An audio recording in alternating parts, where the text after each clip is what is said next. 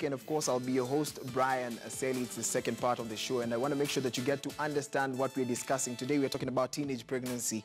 Earlier on in the week, Standard newspaper had a publication about the rising numbers of young girls who become pregnant, and of course it's an alarm. It raised an alarm, and of course it captured our attention. Of course, I had to talk to young men and women, and of course today we have one gentleman and two ladies to be able to help us discuss this, just to try find amicable solutions. And of course, if you want to be a part and parcel of this conversation, hashtag Youth Cafe is how you can actually get in conversation with us. Is it alarming to you? We'd like to know that.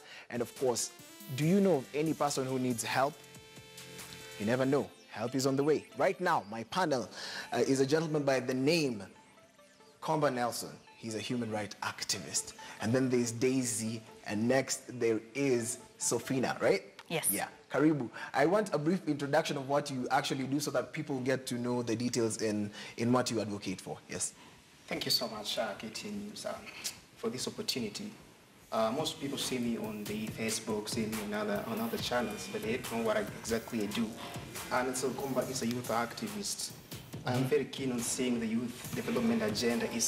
I'm being told that your voice is not really clear. Can I use this microphone, tafadhali? Okay, I hope you can hear me. Yeah.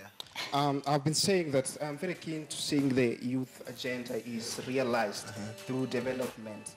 And you cannot say youth development without health knowledge and sexuality education. So mostly I'm involved in youth advocacy. I'm involved in ensuring that youths have the knowledge to ensure that they do what they can do better. Daisy, talk to us, tafadhali.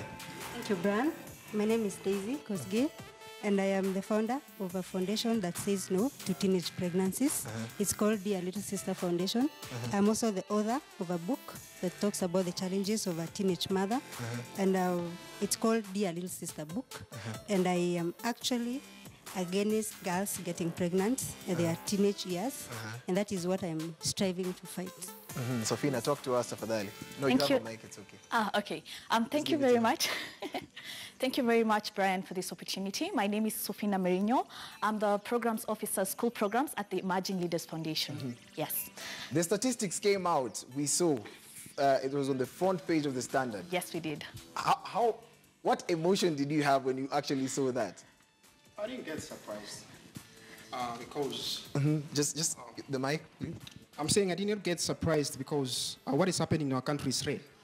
And if you are not getting to exactly know what is happening, we are going to land in a very big trouble because a lot is being said on paper, especially in Kenya, on implementation, but it's poor implementation.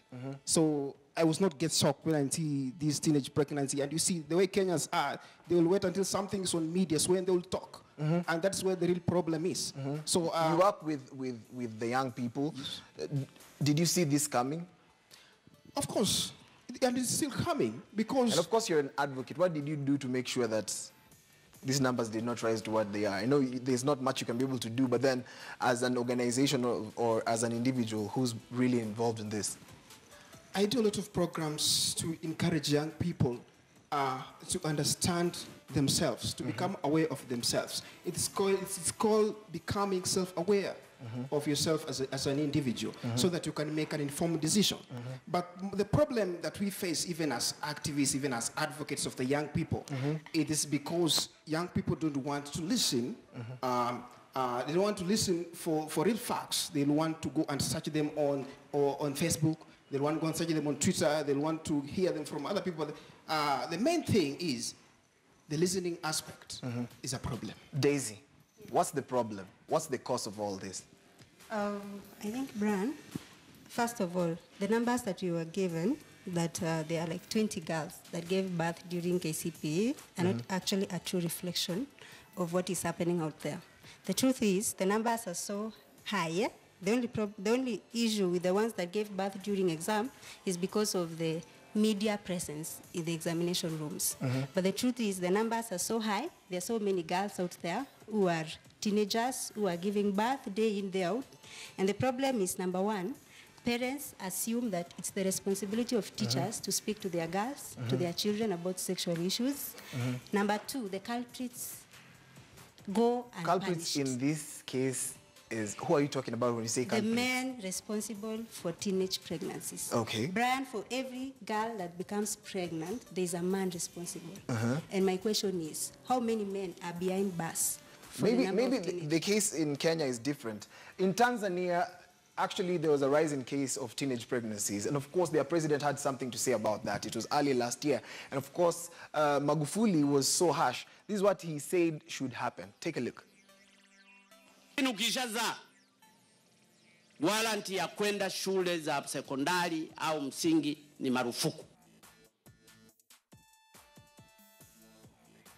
Did you hear that? Yes, we did. And, well... That's exactly what happened in Tanzania. Was he too harsh to the young girls? Because anasema the young girls, if you become pregnant, when mzazi, you're not supposed to go back to school. Stay at home, take care of your child. That is not right. Because, Brian, some of these girls are actually 12 years old, 13 years old. How can a 13-year-old fail to go to school? How is she going to raise that young child? That is why there is a circle. This mother is not able to bring up the child that they give birth to as a teenage mother well, and this child end up getting pregnant when they are also a teenager. So the only way we can break that circle is to make sure this mother is empowered, given a second chance to go back to school and change her ways and get a career and also become a way of getting back to their But it's happening, and when it happens, they so happen to get a second child. Safina, what do you think should be done? Well, about the solution, and I'm very thankful for that question, because we are the solution. And as I stand here today, in the capacity of, Emerging Leaders Foundation, we are talking about, we've been speaking of, we know the generic solutions. We're talking about maybe, we have the new curriculum coming up, so integrating that into the curriculum. We are talking about teaching our children, but the question is, who is teaching? We're talking about, morality of our society, but who is to institute this? It is us as the youth. We are the sisters to these people. We are the relatives. We are the teachers because, the youth are the teachers who are in these institutions to guide these children. So I believe the solution lies within us, and it is up to us to take up the challenge and implement the solutions that are out there. I mean, Google is out there. You can Google them. But the problem... how many people can access the internet? No, problem comes in the implementation. That's my point. It's about the implementation of the same, which is what we're doing. Okay, exactly. We'll continue this conversation. And of course, the hashtag to use is #YouthCafe. Follow me at Brian_Sally. Let's meet on the other side of this conversation.